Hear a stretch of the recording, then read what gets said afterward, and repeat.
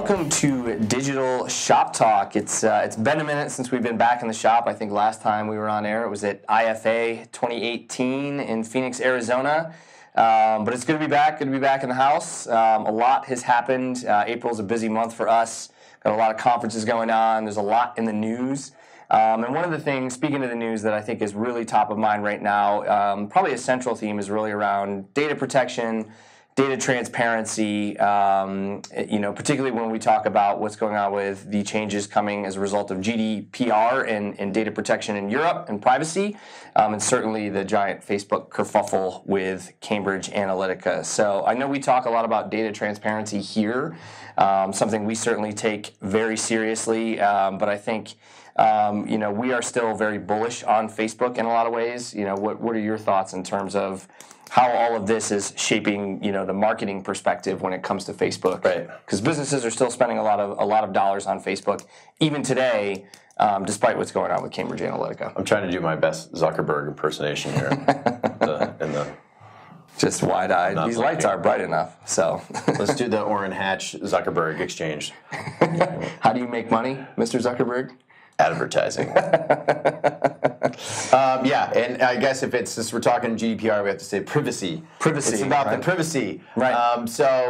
If you don't know what GDPR is, you need to look it up right now. Big changes in terms of how data and tracking and reporting and all that kind of fun stuff are happening in Europe. If you are marketing in Europe, you have to jump through a ton of additional hoops, and the fines are gargantuan. So double check everything you know about that.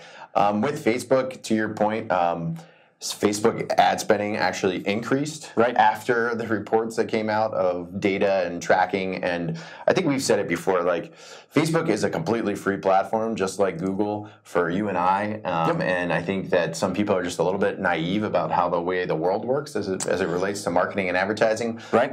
This is the price that we pay for using these platforms, right? And our goal always is to do targeting in the right way.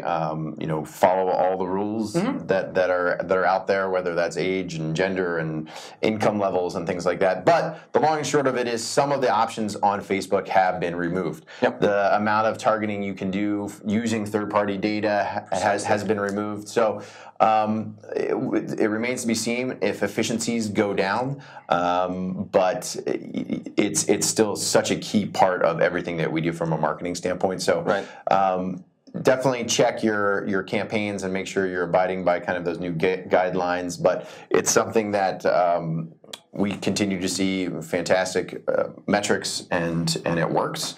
So it's certainly not going to go anywhere.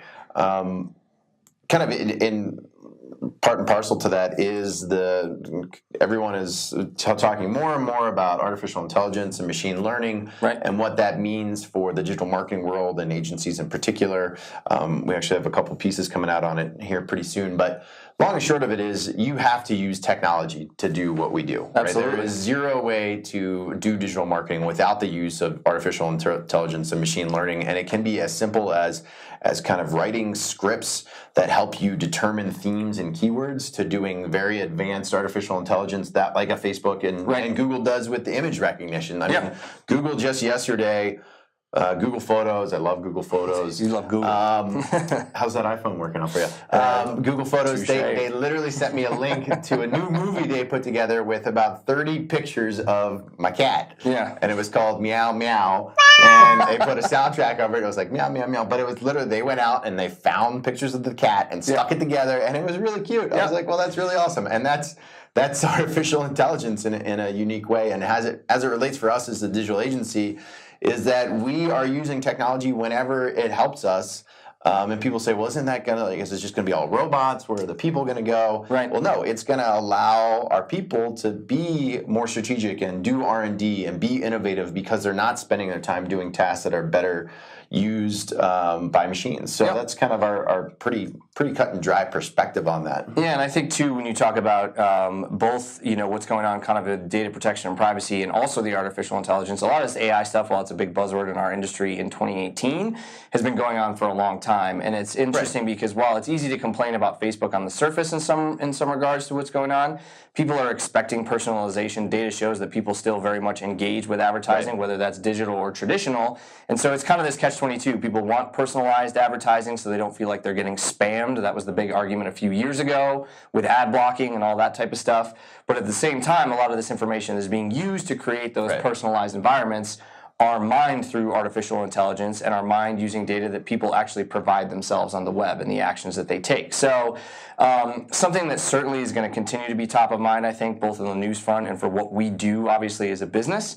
But, to sum it all up, as we talked about, transparency is key and certainly data protection is key. So we'll see how it evolves with Facebook. And to your point, how that kind of changes the way businesses and brands can market, their products and services. Watch out for the Russians. We shall see. All right, we're back for the toolkit. We love talking about local. A great enterprise local SEO checklist just came out recently.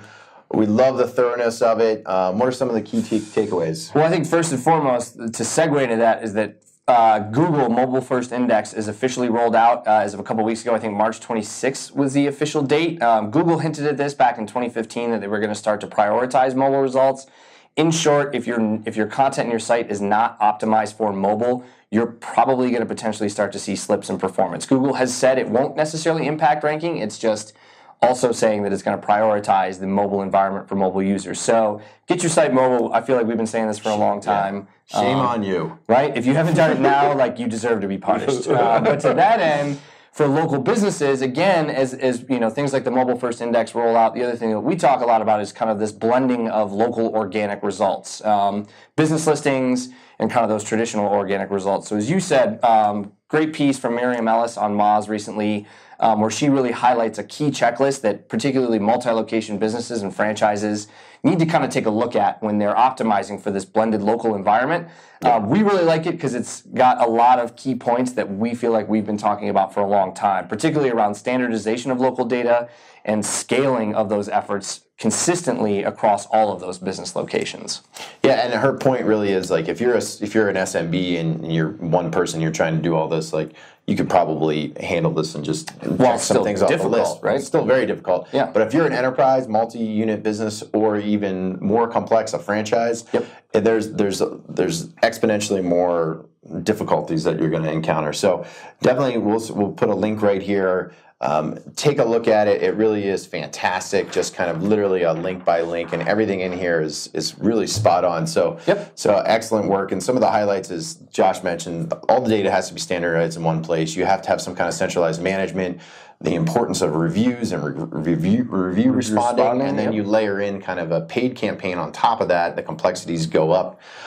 So just really, really good data. But if you are a multi-unit business or a franchise, you have to have a very systematic approach to how you do this, because the opportunity for success is immense. If you are missing out on that local level traffic just because you're kind of saying, oh, it's done, it's good, what you're missing out is you would not even probably be able to comprehend. Yep, and I think too, obviously we being the agency, we very much believe in managed data and a managed presence. We talked a little bit earlier about artificial intelligence and technology advancing our business. She really makes the case that managed data is still a critical piece to that strategy. So again, the checklist is awesome. We would prioritize it in a number of different ways depending on the brand and your goals. But as you said, a great resource to kind of understand how that local environment is blending from an organic perspective and what businesses can do to kind of take advantage. So check it out. Check it out. All right, last but not least, in the upvote, we are going to give ourselves a little bit of a pat on the back. Put together a really great case study. Our principal data architect, Matt Donahue here, had a theory after reading some articles around reviews and how they impact other facets of your local digital presence in the Harvard Business Review. And he decided to actually dig into some of our client data to see how that impacted our clients' paid search results. And the bottom line is...